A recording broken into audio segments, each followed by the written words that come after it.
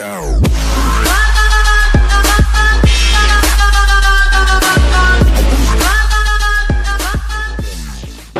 welcome back to the shop. So today, for this round, we're going to be going into hydraulics. And this particular video, we're going to cover the basic components of hydraulics.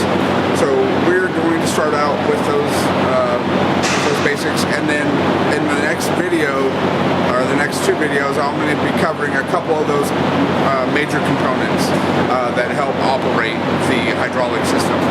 So basically, with hydraulics, it covers, or it makes use of Pascal's law, which goes into fluid dynamics. Basically, any fluid, when you apply pressure or force to it, exudes that force equally in all directions.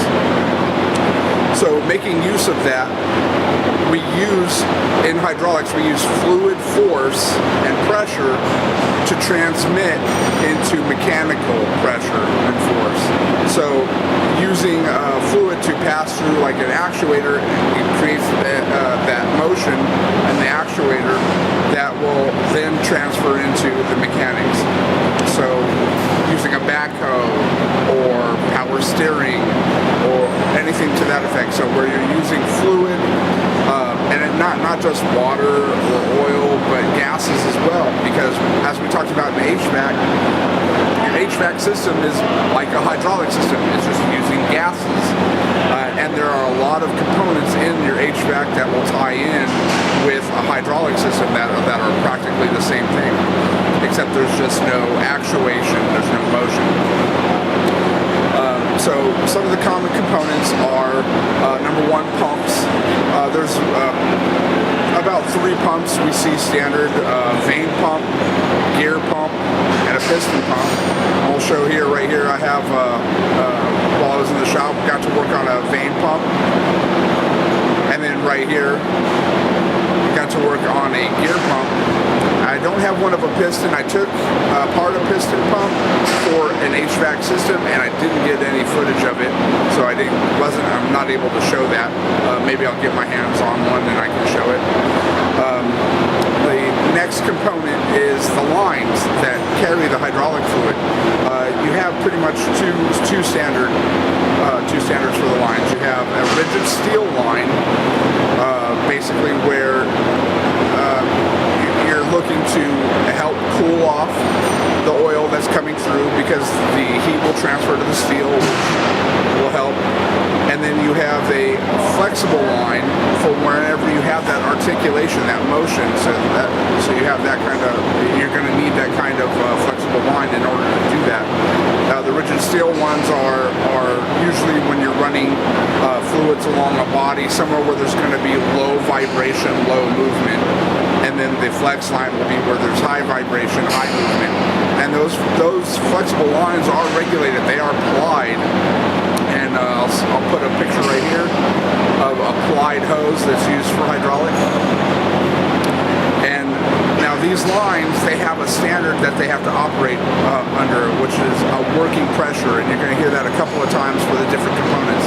There's a working pressure, also known as boost pressure,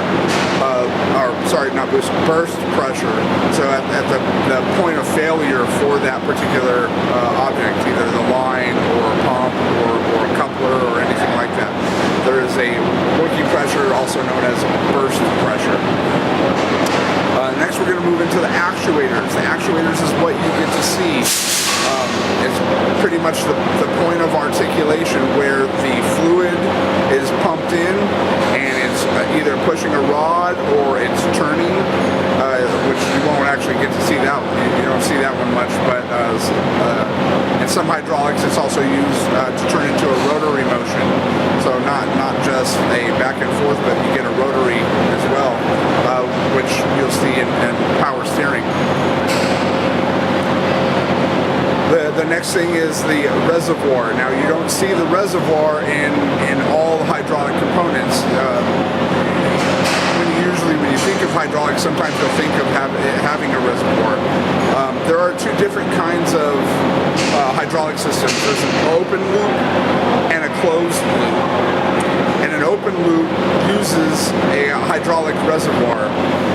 Both of them are technically closed because they feed off the open loop feeds off of the reservoir, so it all feeds into each other. But a closed loop basically has no reservoir. It uses the same hydraulic fluid back and forth. But the reservoir in an open loop you're probably going to want because you're utilizing a high amount of pressure, because when that pressure comes in, just like in HVAC, anything under pressure becomes heated. And in order to help disperse the heat, also the reservoir accommodates for any volume changes dealing with the actuators. It'll flow into that reservoir. That reservoir helps cool it down, gives it a large surface area to help the heat transfer into the colder parts. Other things that you're going to see on hydraulic units are going to be filters. A lot of hydraulic units use several different filters at different microns. And those microns are basically how the hydraulic fluid is strained. The finer the micron, usually used closer to the parts like the actuators and things like that, in order to strain out any points where the fluid may come in contact with particulates. You don't want the finer microns in some things because you don't want it to clog up and not allow the system to work. Usually when you find a finer micron filter, there'll be a pressure bypass in case the system becomes clogged to allow a continuous motion or use. The next you're going to find is some hydraulic systems have a heater or a cooler depending on where the system is used. It's just like a regular oil cooler will have fins, depending on how it's used. So sometimes it'll be run through a liquid coolant or an air coolant. Again, different types.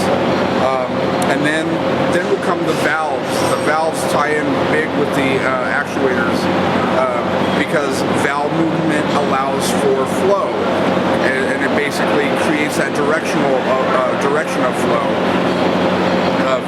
There are several different types of valves, manual valves, there are spring-loaded Baroque valves that operate under pressures, things like that allow for a different change. And I'll show, later on I'm going to do a video on pumps, and then I'll do one on valves in particular, just to show the different articulations of that.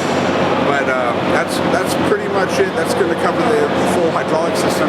Here I'm going to show a little video. This is a hydraulic system we have in the shop. That's pretty much a crimper, and it operates off an open loop. So it's got the reservoir. It's got a electric motor that runs the pump, and you can see up to the lines. And it feeds the lines. There is a filter on it. It runs those lines to a manual valve that you can adjust to basically make the actuator go up or down for the crimping, and there is a pressure gauge on it. So this is a perfect tiny little system, perfect for showing off. Everything's pretty much in the open until you get closer to the valve, because then they cover everything up. But I'll show a little bit in the inside. But that's the basic hydraulic system. Very simple, not a lot to it, but when you get into the individual components, there are a lot to the individual components.